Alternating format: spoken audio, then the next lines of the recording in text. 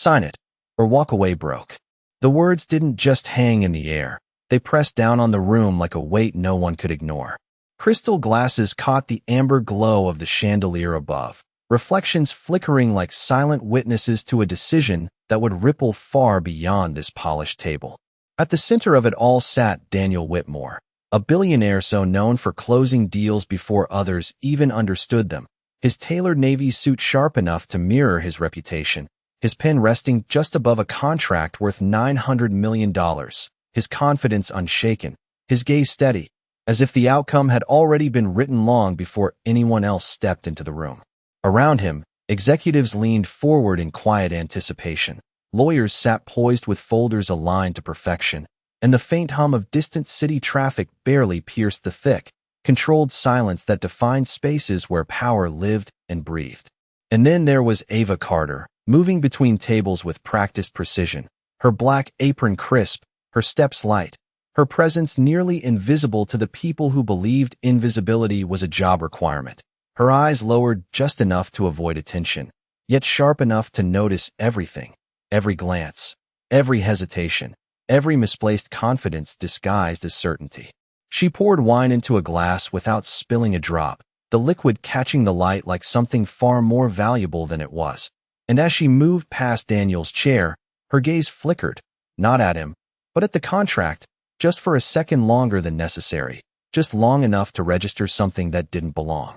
Daniel didn't notice, not at first, because men like him weren't trained to notice people like her, not in rooms like this, not on nights where millions of dollars moved with a signature, not when every second reinforced the illusion that control was absolute and outcomes were predictable. You even know what a contract is? One of the investors muttered under his breath with a smirk that never quite reached his eyes, the kind of comment meant to entertain rather than offend, though it carried a weight that settled quietly in the corners of the room. Ava didn't respond, not with words, not with a glance, just a slight pause in her movement. A breath held half a second longer than usual before she continued, placing the bottle back on the tray with a steadiness that suggested something deeper than routine.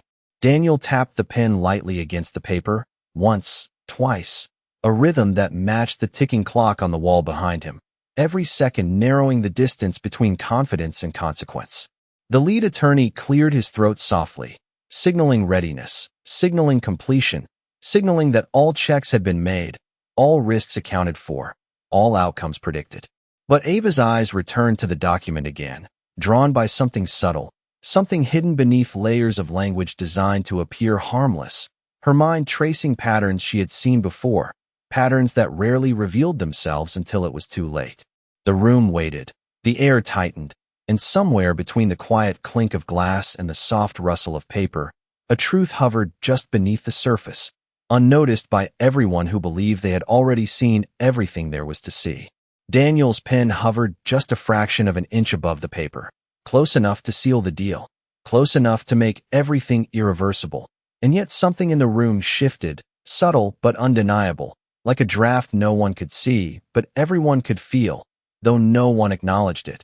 No one except Ava, whose attention remained fixed on the contract as she moved past the table again, slower this time. Her tray balanced effortlessly in one hand while her mind traced the language she had glimpsed only seconds before, phrases layered in precision, numbers aligned too perfectly, a structure that looked clean on the surface but carried a rhythm she recognized, a rhythm that did not belong to a fair agreement. Daniel exhaled lightly, the kind of breath that came from certainty, from years of winning, from never having to second-guess the moment right before a signature, and the attorney beside him gave a small nod, encouraging, reinforcing the illusion that everything had already been decided. "We are ready when you are, Mr. Whitmore," the attorney said, his voice calm, controlled, practiced, and Daniel allowed himself a faint smile, the kind that signaled completion before action, the kind that told everyone in the room that this was not a risk, it was a formality. Ava stopped at the edge of the table, not fully stepping in, not drawing attention, just close enough to hear the soft shuffle of pages, the quiet click of the pen, the final seconds counting down in silence. And for a brief moment she hesitated, not out of fear, but out of calculation, because moments like this did not offer second chances, and once the ink touched the page, Whatever truth she carried would no longer matter.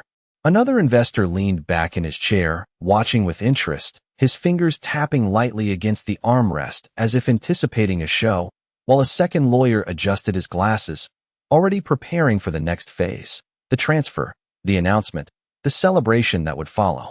Daniel lowered the pen, the tip nearly brushing the paper, and that was when Ava spoke, her voice calm, steady, and quiet enough that it did not interrupt the room, but precise enough that it reached exactly where it needed to. If you sign that, you give up your patents in 90 days. The words did not echo, they did not rise, they simply existed, placed into the space with a clarity that cut through everything else without force. The pen stopped. Not dramatically, not abruptly, just enough to break the motion, just enough to create a pause that had not existed a second before. Daniel's eyes lifted slightly, not fully turning, not yet, but enough to register that something had entered his certainty.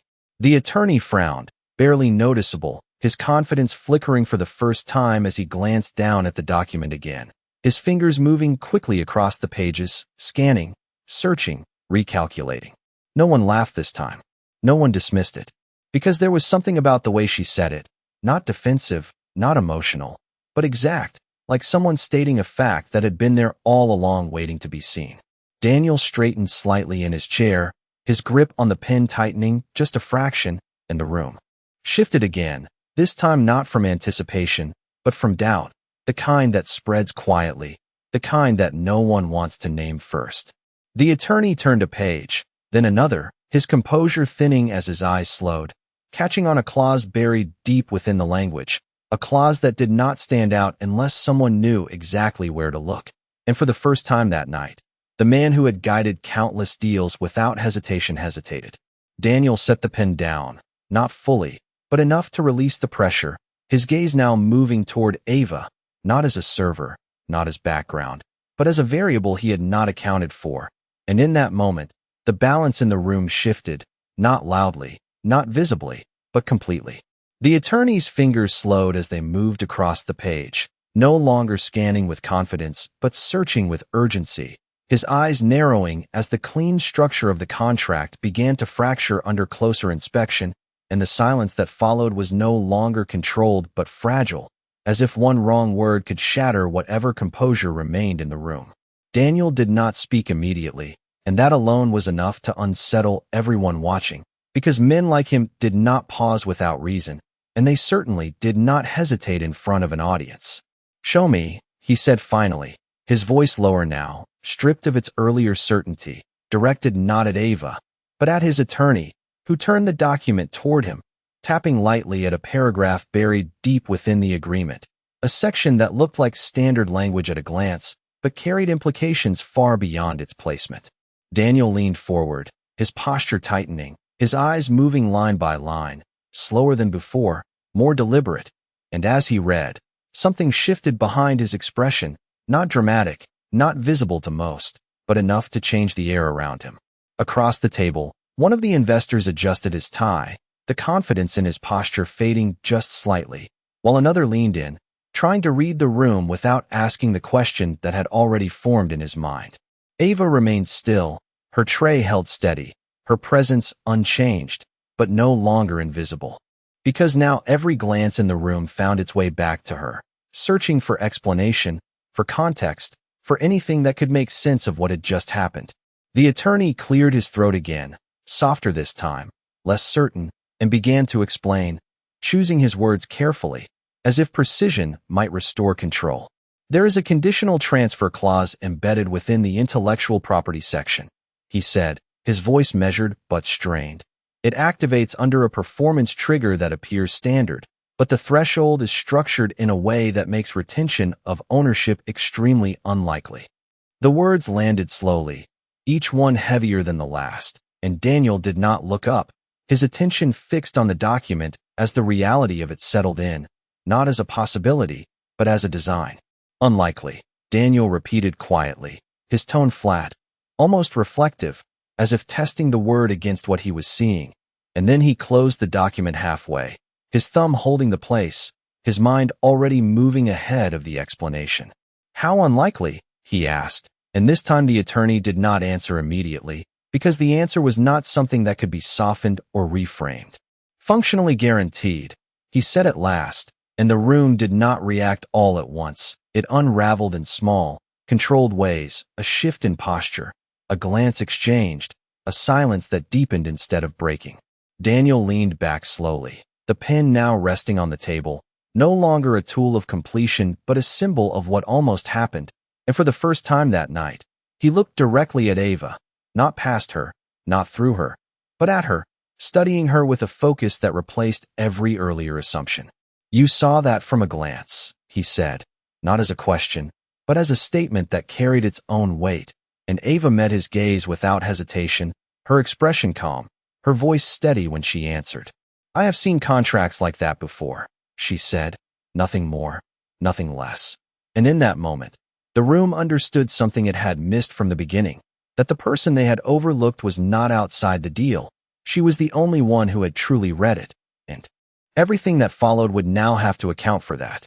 No one reached for their glass anymore, and no one pretended this was still a celebration, because the illusion had already cracked, and once it cracked, it could not be restored by silence or posture or carefully chosen words.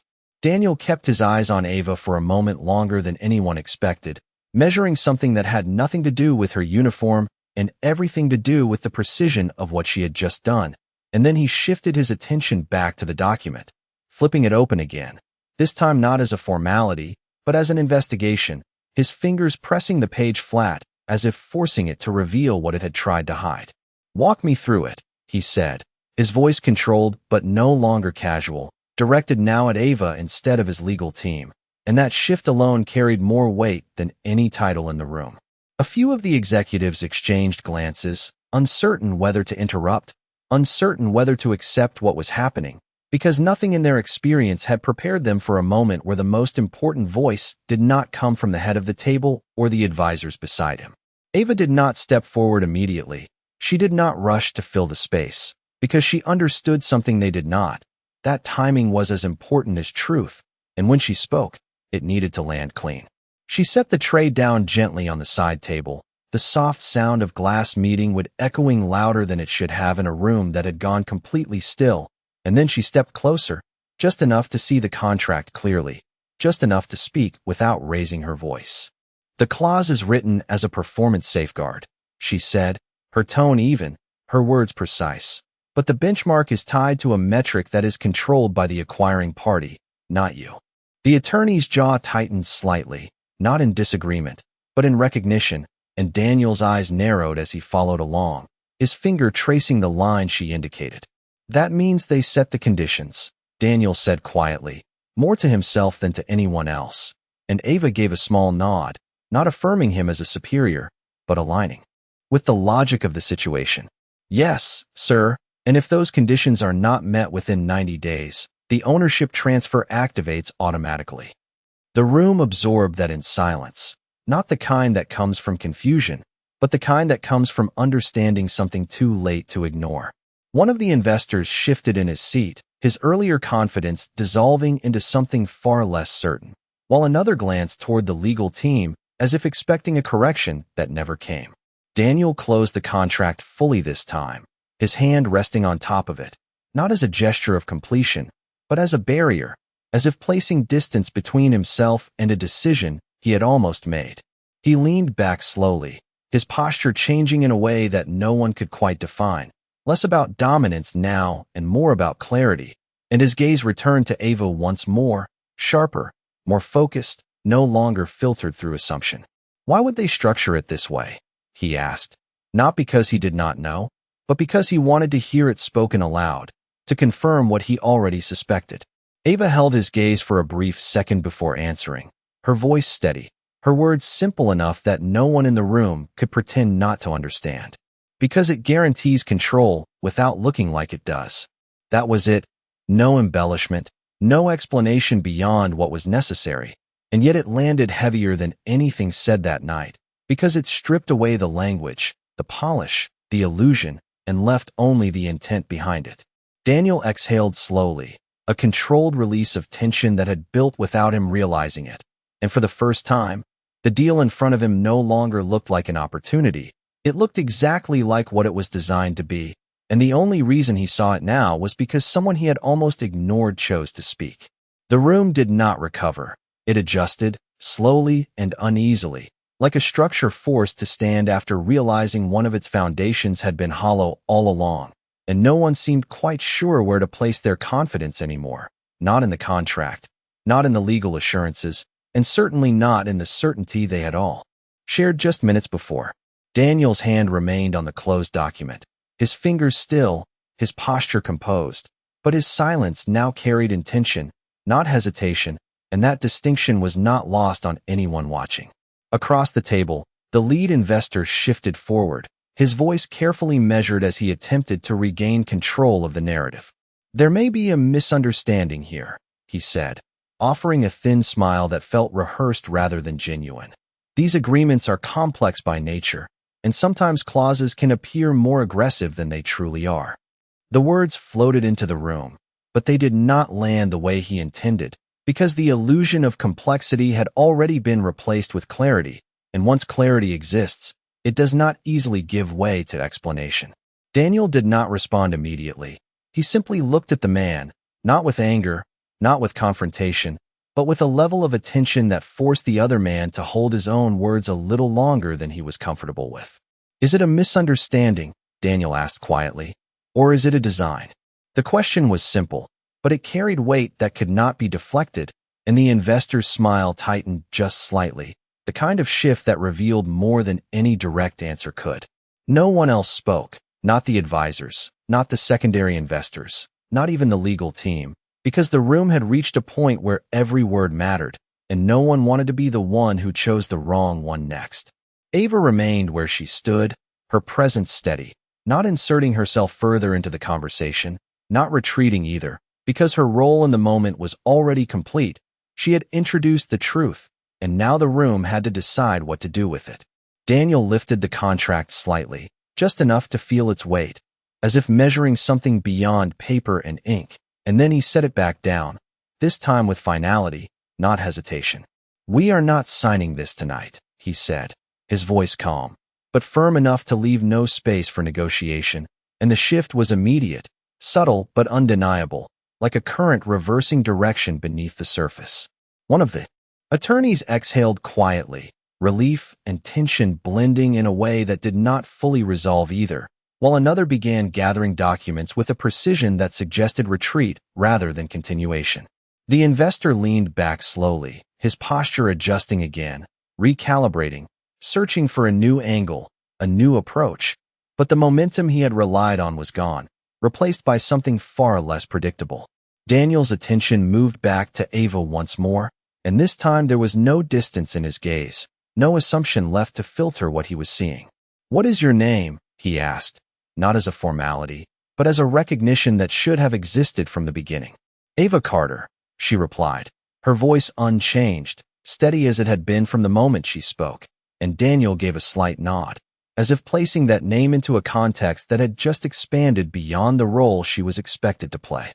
"You just saved me from losing control of my company," he said, not loudly, not dramatically, but clearly enough that everyone in the room heard it, and no one questioned it, because the truth had already proven itself, not through volume, but through precision, and in a room built on power, that kind of precision was impossible to ignore.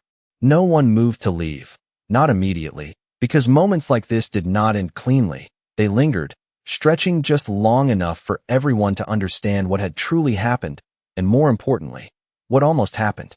The contract remained on the table, closed but not forgotten, its presence now heavier than before, no longer a symbol of opportunity, but a reminder of how close certainty had come to collapse.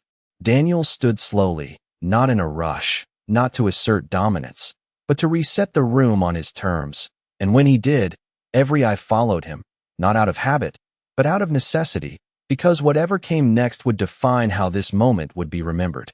"We will review this independently," he said, his voice steady, carrying the kind of authority that did not need to be raised to be heard, and the legal team nodded in quiet agreement, already aware that the process had shifted beyond the scope of the current discussion.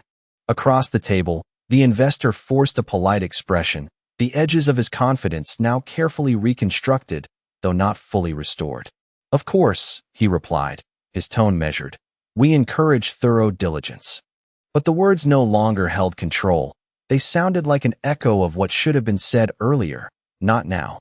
Not after the structure had been exposed. Daniel did not respond to that. Not directly. Because the conversation had already moved past negotiation and into recognition, and recognition did not require debate. Instead, he turned slightly, his attention returning to Ava, who had stepped back just enough to give space, but not enough to disappear, her posture unchanged, her expression calm, as if she had not just shifted the trajectory of a $900 million decision with a single sentence. "Where did you learn to read contracts like that?" Daniel asked, not casually, not as small talk, but with genuine intent, and that question carried something new, something that had not existed when the night began, respect that had to be earned in a way money could not buy. Ava paused for a moment, not because she did not have an answer, but because she understood the weight of what she chose to reveal, and then she spoke, her voice as steady as before. "I used to work in corporate law," she said, simple, direct, without embellishment, and that answer moved through the room in a different way than anything else had, because it reframed everything, not just her presence, but the assumptions everyone had made about it. Daniel studied her for a second longer, connecting details that had not made sense before, the precision in her words, the confidence without performance, the awareness that did not belong to someone unfamiliar with high-stakes negotiations. "Used to," he repeated, not questioning, but acknowledging that there was more behind it, something not yet said. Ava gave a small nod, her gaze steady. "Yes, sir," she replied, and left it there, not offering explanation, not seeking validation, just stating a fact the same way she had stated the truth in the contract. The room shifted again, quieter this time, more internal, as each person recalculated not just the deal, but their own perception of the moment, of her, of everything they thought they understood about who mattered and who did not. Daniel picked up the contract once more, not to sign it, but to hold it differently now, as evidence of something he would not forget, and then he set it aside completely, turning his full attention to Ava. "You saw what my entire team missed," he said, his tone calm but clear, and there was no exaggeration in it, no attempt to dramatize, just acknowledgement. And in that acknowledgement was a shift that extended far beyond the table, because in a room built on hierarchy, the truth had come from the one person no one had thought to listen to, and that changed everything. The weight of Daniel's words did not fade. It settled, deep and permanent, reshaping the atmosphere in a way no one could ignore, and for a moment, the room existed in a kind of quiet recalibration, where every person present was forced to confront not just what had happened, but how easily it had almost gone the other way. Ava did not respond immediately, not out of hesitation, but because she understood that recognition, when it came from someone like Daniel Whitmore, did not require interruption, it required stillness, and she held that stillness with the same composure she had shown from the beginning. One of the junior attorneys shifted forward slightly, curiosity overcoming caution, his voice careful but unable to stay silent any longer. "If you do not mind me asking," he said, glancing briefly at Daniel before looking back at Ava, "why are you working here if you have that kind of background?" The question landed differently than the earlier comments, not dismissive, but searching, and it echoed what many in the room were already thinking but had not dared to say. Ava met his gaze briefly, then looked back toward Daniel, not to seek permission, but because the answer, whatever it was, now belonged to the room as a whole. "Because not every path stays straight," she said, her tone calm, her words simple but layered with meaning, and she did not elaborate. She did not explain the turns, the setbacks, the decisions that had brought her here, because the truth did not always need detail to be understood. Daniel nodded once, slowly, as if that answer confirmed something he already suspected, that success was not always linear, that intelligence did not always sit in boardrooms, and that value did not always announce itself with titles. Across the table, the investor who had pushed the deal earlier leaned back further into his chair, his expression now more guarded than confident, his earlier control replaced by calculation, as if he were reassessing not just the deal, but the people within it. "We can revisit the terms," he offered, his voice smoother now, more cautious. Adjust the structure to address your concerns. But the offer did not carry the same authority it would have held an hour ago, because the dynamic had shifted, and Daniel no longer looked like a man negotiating from pressure. He looked like a man who had stepped back just in time to see the full picture. "It is not about adjusting terms," Daniel replied, his tone even, his gaze steady. "It is about understanding intent." That distinction hung in the air, heavier than any number, because intent could not be rewritten as easily as language, and once exposed, it changed the foundation of everything built around it. Ava stepped back slightly, reclaiming the space she had never fully occupied, her role in the moment complete, yet her presence still felt, because even in silence, she had altered the course of what was supposed to happen. Daniel glanced once more at the contract, then at his team, and finally back at Ava, and in that sequence was a quiet acknowledgement of where the real value had come from. "We are done here for tonight," he said, not as a dismissal, but as a decision, and one by one, chairs shifted, documents were gathered, and the room began to move again, not with the same certainty as before, but with a new awareness that would not easily fade. As people stood and adjusted their jackets, as quiet conversations began to replace silence, one thing remained unchanged: the understanding that in a room full of power, it had taken one overlooked voice to reveal the truth, and once revealed, it could not be unseen. The room began to empty, but not in the way it had filled earlier with confidence and quiet ambition. This time people moved slower, more deliberate, as if each step carried a question they could not quite shake, and the polished energy of the evening gave way to something far more reflective, something that lingered beneath the surface of every conversation that followed. Daniel remained where he was for a moment longer than the others, his attention no longer on the investors or even the contract, but on Ava, who had already returned to her role with a quiet efficiency that made what had just happened feel almost unreal, as if the moment had been a brief disruption rather than a turning point.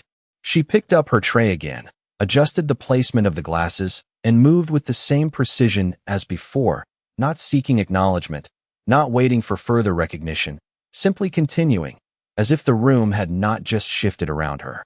That was what held Daniel's attention, not just what she had said, but how easily she stepped away from it, how little she needed the validation that everyone else in the room depended on.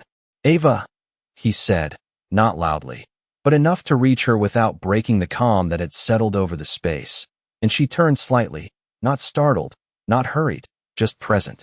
"Yes, sir," she replied, her tone unchanged, respectful but not diminished, and Daniel gestured lightly toward the chair beside him, not as an order, but as an invitation, something that had not existed between them an hour ago. A few of the remaining staff paused for a second, noticing the shift, unsure how to interpret it, but they continued moving, because rooms like this had their own rhythm, and no one wanted to disrupt it further. Ava hesitated briefly, not out of uncertainty, but because she understood the weight of stepping out of her role, and then she placed the tray down once more and moved closer, stopping just short of the table, maintaining a boundary that had defined her position all night. Daniel studied her for a moment, not with the distance of earlier, but with focus, as if trying to understand something that could not be measured by resumes or titles. "You said you used to work in corporate law," he began, his voice lower now, more conversational, less performative, and Ava gave a small nod, her posture steady. "What changed?" he asked, not pressing, not demanding, but genuinely asking, and the question carried something different now, curiosity without assumption. Ava looked at the table for a brief second, then back at him, her expression calm, her answer measured.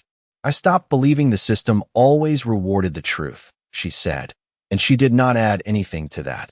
She did not explain the details, the cases, the decisions that led her there, because the sentence itself was enough. It held its own weight, just like the one that had stopped the deal. Daniel leaned back slightly, absorbing that, not as a critique, but as insight, and for the first time that night, the room felt less like a place of transaction and more like a place of understanding, where the real value was not in the numbers discussed, but in the clarity that had emerged when no one expected it. He nodded once, slowly, as if acknowledging not just her words, but the experience behind them, and in that moment, The distance between them was no longer defined by roles, but by recognition, the kind that does not need to be announced to be real. Daniel did not rush the moment, and that restraint said more than any immediate decision could have, because in rooms like this, power was often measured by how quickly someone acted, but wisdom revealed itself in how long they were willing to wait before doing so. And for the first time that night, Daniel Whitmore was not interested in speed, he was interested in clarity.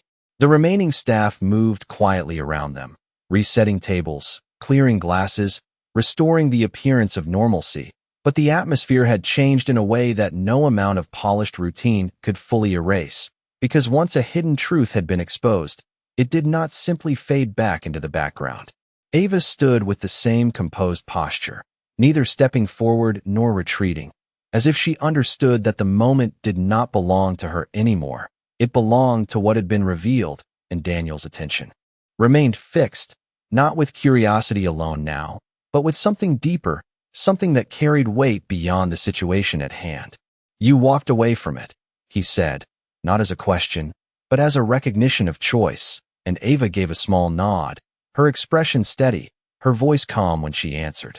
"Yes, sir," she replied, and the simplicity of that answer held more meaning than a longer explanation ever could, because it suggested not just a change in career, but a decision shaped by something more personal than opportunity or failure. Daniel leaned forward slightly, resting his hands on the table, his posture no longer that of a man closing a deal, but of someone trying to understand a perspective he had never needed to consider before. "Most people do not leave that world without a reason," he said, his tone measured, not pressing, but inviting honesty, and Ava met his gaze without hesitation, her response steady, grounded in something that did not need to be defended. "Sometimes knowing how things work makes it harder to accept how they are used," she said. And once again, her words did not fill the room with noise, they settled into it, quiet but undeniable, carrying the kind of truth that did not require explanation to be understood. Daniel exhaled slowly, absorbing that, not as a critique directed at him, but as a broader reality that extended beyond this single deal, beyond this single night. And for a moment, the distance between them was not defined by position or status, but by perspective, one built through power, the other through experience. He glanced briefly at the contract again, then back at Ava, and in that exchange was a silent acknowledgement that what she had said had not just changed the outcome of a decision, it had changed the way he would approach the next one. "You saw something everyone else missed," he said, his voice calm, but carrying a weight that made it clear this was not a casual observation. And Ava shook her head slightly, not in disagreement, but in clarification.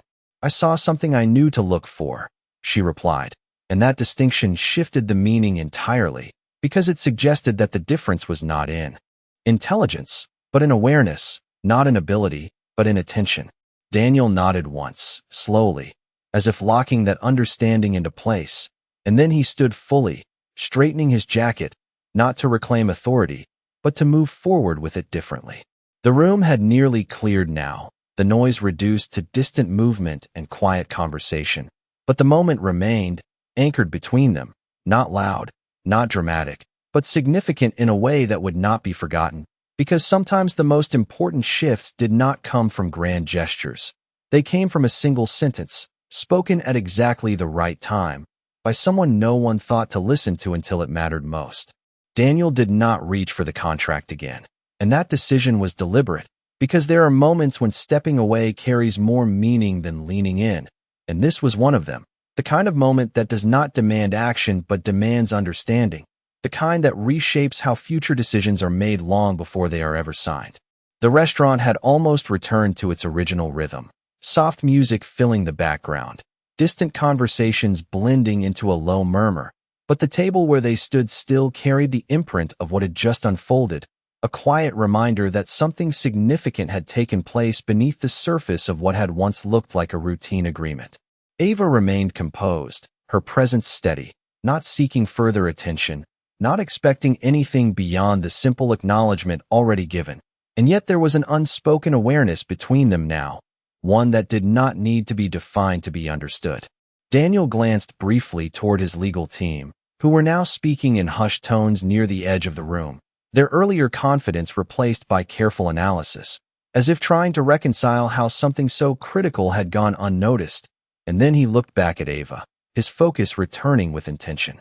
"You said the system does not always reward the truth," he said, his voice calm, thoughtful, not challenging, but reflecting. "But tonight it did." Ava held his gaze for a moment, then gave a slight shake of her head, not dismissive, but precise, the same precision she had shown from the beginning. "No, sir," she replied quietly. "Tonight the truth just happened to be heard." The distinction settled between them, subtle but important, because it shifted the credit away from the system and back to the moment itself, to the choice of whether to listen or not. And Daniel absorbed that without resistance, without correction, simply acknowledging it for what it was. He nodded once, slowly, as if accepting that reality, and then his posture shifted slightly, not into authority, but into decision. "Then I should make sure it is heard more often," he said, not as a promise to her, but as a commitment to himself. And there was no performance in it, no need for validation, just a quiet resolution that carried more weight than any formal declaration could. Ava did not respond to that directly, because she understood something he was only beginning to realize, that change does not come from statements. It comes from consistency, from the way choices are made long after moments like this fade from memory. She simply nodded once, acknowledging the intention without attaching expectation to it, and that restraint, that lack of demand, reinforced everything she had shown so far. Daniel reached into his jacket pocket, not hurried, not uncertain, and pulled out a simple business card, placing it gently on the table between them, not sliding it forward, not pushing it toward her, but leaving it there as an option, not an obligation. "If you ever decide you want to return to that world," he said, his tone even, respectful, "call me." There was no elaboration, no offer spelled out in detail, because it did not need to be. The meaning was clear, and the respect behind it was what mattered most. Ava looked at the card, then back at him, her expression unchanged, thoughtful but not overwhelmed, and for a brief second, the room seemed to pause again, not because of tension, but because of possibility, the kind that does not announce itself loudly, but waits quietly to see what will be done with it. She reached forward and picked up the card, her movement calm, deliberate, not rushed, and held it for a moment as if weighing not its value, but its meaning, and then she nodded once more. "Thank you," she said simply, and in that moment, nothing else needed to be said, because what had been exchanged was not just opportunity, but recognition, the kind that changes how two people see each other long after the night is over. The card rested lightly in Ava's hand, its weight insignificant compared to what it represented, and for a brief moment, the world around them seemed to continue without them.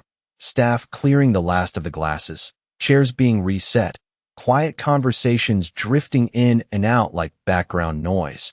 But the space between them held something different, something that did not belong to routine or repetition. Daniel did not reach to take the moment back. He did not add conditions or expectations, because he understood that whatever came next would not be decided here, not in this room, not under these lights. It would be decided in quieter moments, where choices were not influenced by pressure or performance. Ava glanced at the card once more, then carefully placed it into the small pocket of her apron, not with excitement, not with hesitation, but with intention, as if she was acknowledging the opportunity without allowing it to define her. That small movement said more than any acceptance could have, because it made it clear that she was not being pulled into something, she was choosing whether or not to step toward it. Daniel noticed that, and it shifted something in his understanding, because he had spent years in environments where people reached quickly, where opportunity was something to be seized without pause. And yet here was someone who treated it differently, who evaluated it, who respected it enough not to rush it. "You did not ask what the role would be," he said, his tone curious, not critical, and Ava met his gaze with the same calm she had carried all night. "Because I am not deciding that right now," she replied, her voice even, her words grounded in a clarity that did not need explanation. Daniel gave a slight nod, recognizing the boundary she had set, and more importantly, respecting it, because respect, once learned, does not need to be repeated loudly to exist. He glanced around the room one last time, confirming what had already become obvious. that the night had ended in a way no one had planned, and yet in a way that revealed far more than any successful signing ever could. His legal team was already preparing next steps, quiet discussions about independent reviews, revised strategies, and safeguards that should have been in place from the beginning. And Daniel knew that those processes would continue long after he walked out of this room. But what would stay with him was not just the lesson in the contract. It was the lesson in attention, in listening, in understanding where value truly came from. He turned back to Ava, his expression steady, his voice calm, but carrying something more personal now, something not tied to business or negotiation. "Whatever you choose," he said, "do not let a room decide what you are worth." The words were not rehearsed, not part of any strategy. They came from the realization that had been building throughout the night, and Ava listened without interruption, not because she needed the reassurance, but because she understood what it cost for someone like him to say it. She gave a small nod in response, not as agreement, but as acknowledgement, and for a moment, nothing else needed to be said, because the exchange had moved beyond transaction into something far more lasting, something that would carry forward in ways neither of them could fully predict. Daniel stepped back then, adjusting his jacket slightly, preparing to leave, but not before giving one final look, not to confirm what had happened, but to remember it, because some moments are not meant to be repeated, they are meant to be carried, and this was one of them, quiet, precise, and impossible to ignore once seen.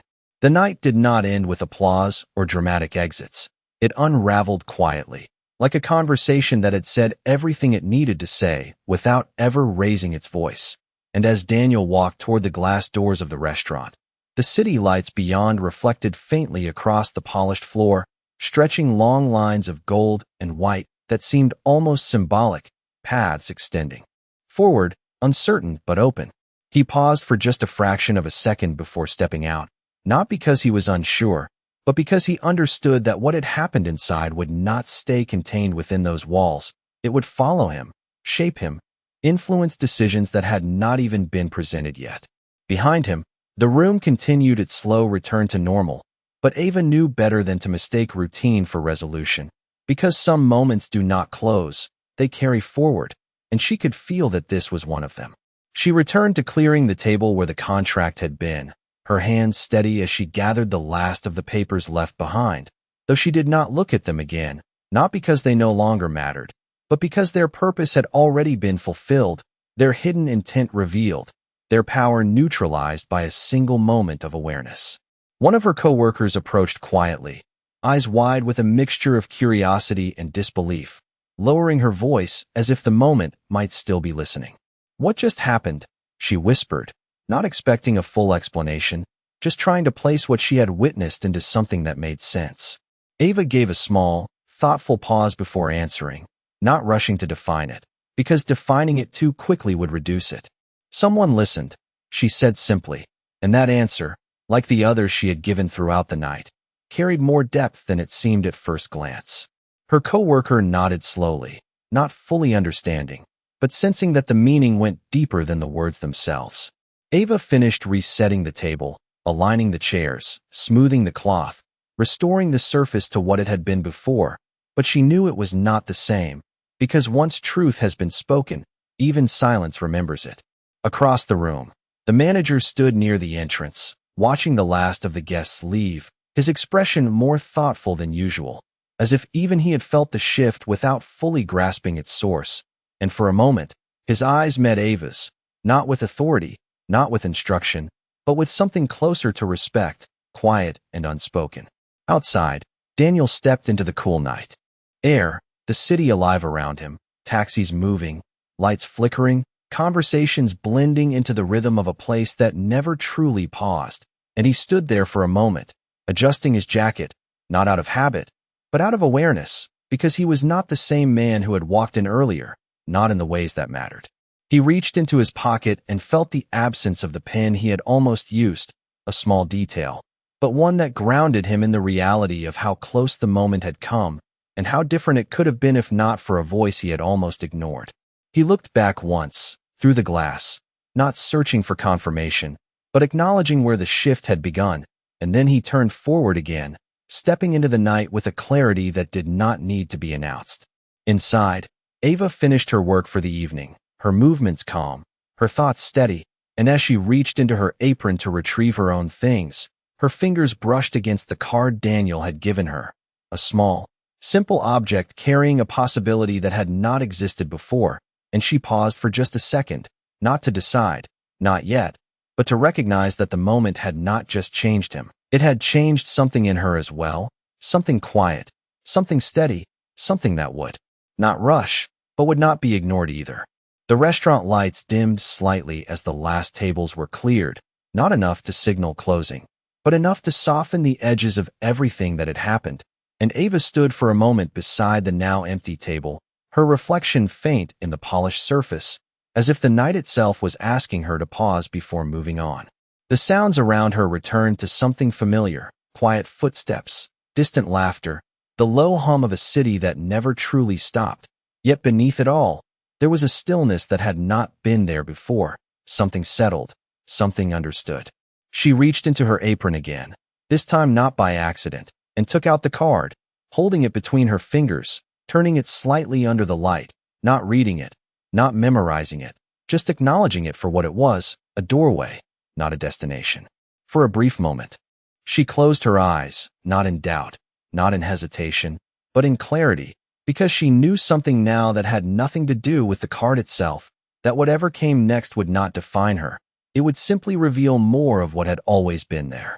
Across the city, Daniel sat in the back of a black sedan, the soft glow of passing streetlights moving across his face in quiet intervals, his gaze unfocused, not on the buildings, not on the traffic, but on the moment that had refused to leave his mind, the pause before the signature, the sentence that stopped it, the realization that followed. He had spent years believing control came from knowing more, moving faster, deciding first, but tonight had shown him something different. That control, real control, sometimes came from listening, from pausing, from recognizing the one voice that did not compete to be heard. He leaned back slightly, exhaling, not out of fatigue, but out of awareness, the kind that settles and slowly and stays long after the moment has passed. The car turned a corner, the city opening up ahead, lights stretching into the distance, and for the first time in a long time, Daniel was not thinking about the next deal, the next number, the next win. He was thinking about the next question. Who else had he not been listening to? Back inside the restaurant, Ava slipped the card back into her apron, not hiding it, not displaying it, simply placing it where it could remain until the right moment came, because she understood something just as clearly, that timing matters, not just in contracts, but in life, and rushing a decision could cost more than missing one. She picked up her things, moving toward the staff exit, her steps steady, her posture unchanged, yet there was something different in the way she moved, not louder, not prouder, just certain, a quiet certainty that did not need to be seen to exist. As she stepped outside, the cool air met her, carrying the distant sound of the city, and she paused for just a second, looking out at the streets, not searching, not wondering, just observing, because she was not chasing anything anymore. She was choosing. Somewhere between the silence she had carried and the truth she had spoken, something had shifted, not in the room, not in the deal, but in the balance between power and clarity, and in that balance, the roles had quietly reversed. He had walked in with control, but that night, she walked out with something far greater, the kind of power that does not need permission, the kind that cannot be written into a contract, the kind that reveals itself in a single sentence and changes everything without ever raising its voice.